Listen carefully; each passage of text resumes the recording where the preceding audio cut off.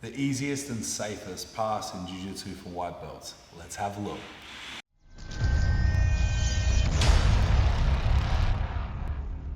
Hey guys, I'm Prof Tom. I'm here today with student and competitor Jonathan. We're going to have a look today at what I think is the safest and best pass to get past someone's guard, whether you're a white belt or a black belt. Let's have a look. Jonathan's on his back. Now, why are we passing the guard? It's very important to understand why we're passing the guard. If I don't pass the guard, Jonathan can armbar me and he can do all sorts of attacks to me. Chokes, arm locks, wrist locks, shoulder locks, all these different things, not to mention leg locks too. Of course, one of the biggest ones that we tend to get caught in, especially when you're a beginner or a white belt in Jiu-Jitsu, is if you try to come under the legs and pass and you get caught in triangle chokes here, okay? So we have a rule, and you've probably heard it before, 2 arms in, 2 arms out, okay? So 2 arms in is where most people start. It's not the best. 2 arms out will give you more high percentage. Now, understand, when I go 2 arms out, he can do things like some head scissors type stuff, but if he does things like this at a high level with posture, I will just go right through it, okay? So let's have a look now at how to get double unders, okay? And what to do with them. So if I'm in Jonathan's guard, the first thing is I need to use my hands as support struts here, okay? So I could go on his gi, I could go on his armpits, I can go on his ribs, it doesn't really matter. But I need to have my hands on Jonathan in a way that keeps my posture up. Now that I've got my elbows in, my head up, I'm simply waiting for him to open his legs. Are there many ways to open their legs for them? Absolutely. But unless you stand up, I believe you should stay on your knees and wait for him. Okay, because remember, in real life, I could be punching him right now. So I can wait. When he opens up his legs, 2 arms under, okay? So you gotta swim in, elbows, then hands. One of the biggest mistakes beginners make is they sometimes try to go with their hands first, and then structurally they get pinned, and then he pulls one of the arms in, and now you're caught with 1 arm in, 1 arm out, ready for a triangle, okay? So what I like to do is I wait, you got your feet crossed, Jonathan, behind me. As soon as I feel them let go, I go elbows all the way back, like 2 dumbbell rows, then forwards, okay? Much stronger movement patterns. You'll notice my hands become fists. Why? I don't want fingers getting caught on things. So he's in close guard, I wait. He opens up, try a sweep or a submission, and here I am. Notice the forward lean on my torso. I want to get his knees past his hips. If his knees are on this side of his hips, his legs are strong and heavy as. But if I can stack him here, they're not. My hands come together. If they can't come together because the guy's really big or my arms are really short, I will just grab onto a belt or a thigh and no-gi, okay? But ideally, I can get my hands together here. I'm now gonna pull Jonathan up to break his posture further. And now my left hand holds the gi, my right thumb penetrates in tight, okay? From this position, I can go for my pass. If it was no gi, I'd just grab onto his shoulder, okay? But in the gi, open up the gi and get my right hand in. And I'm gonna put my forearm into his throat already, okay? Now, I hold onto his belt with my left hand, I stack his knee to his nose, I'm up on my toes, and now I don't move. I puff my chest out and let his foot glide by.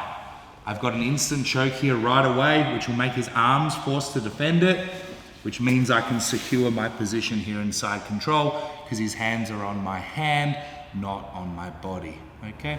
So, let's have a look at this again. Here I am in close guard, guys. You can be patient. Remember, I could be hitting him from here. When he opens up his feet, elbows back, hands forward with my chest forward. I grab, I pull him up, I open the collar, I get my grip with my thumb, and I put my wrist in his neck. Now, hold the belt, up on the toes all my way, push my chest out, and I can start to choke right away. When he addresses the choke, it gives me time to address my side control and consolidate my dominant position. So let's have a look at some of the challenges of the double underguard pass and how we get around them. So, anytime I go double unders like this, if he tries to attack my head with any sort of head scissors type stuff, we looked at how we just use that to pass. Just pass. Keep your head up and pass, all right? However, sometimes he'll splay his legs out and do what we call heavy legs. So he lifts his hip up, makes his legs really heavy. So I'm here like this, he starts splaying out like this. And, it's really hard, okay? When people do that and splay their legs out like that, what I like to do is let one go and step over it. So this is an over-under guard pass. We have videos on this, guys. You can check it out on the Grappling Academy YouTube channel or website.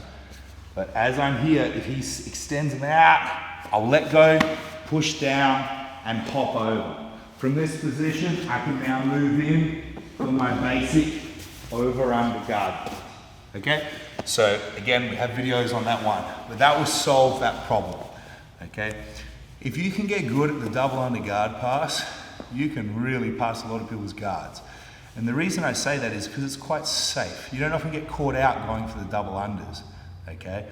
Have pressure, learn your grips. I think the double under guard pass, it's the first guard pass I teach my white belt students. And the reason I teach them that is because it teaches them posture, it teaches them pressure, it teaches them control, it teaches them grips. And if you shortcut this process and you don't break their posture by pulling their hips, or you don't stack them up with pressure, the pass doesn't tend to work at a high level. So I think it makes you a better grappler. Not just lets you get past people's legs. In the process of learning how to get past their legs with a double under guard pass, you become a better overall grappler and passer. So again, double under guard pass, guys. My tip, don't go fast. Let me show you what I would consider realistic speed for this pass. I'm here, I'm maintaining my position, he opens his guard.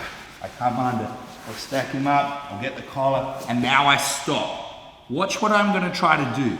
My left hand here comes to his belt, I keep him stacked up. I'm gonna try to tap Jonathan with the pressure on his neck here, like this, okay? Now, if he doesn't tap and he starts fighting my arms and stuff to stop that, then I just puff my chest out and I accept the wonderful side control here, okay? So, try it for a choke. You'll find that if you choke most humans' necks, they don't really care about you moving past their legs. Give it a try.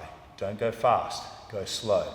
And when you go to pass, keep your head where it is so you don't lose the pressure of the position. There you go, guys. That's what I call a basic guard pass, or a double under guard pass, pressure pass. It's the first pass I learned. It's still one of my most common passes at black belt level. I hope you guys enjoy it. I know I do. Have fun passing the guard. Don't forget, guys, you can follow me on social media. Check out our full-length instructional series and masterclasses at thegrapplingacademy.com. And I look forward to seeing you guys next time, or at a tournament somewhere around the world. Take care.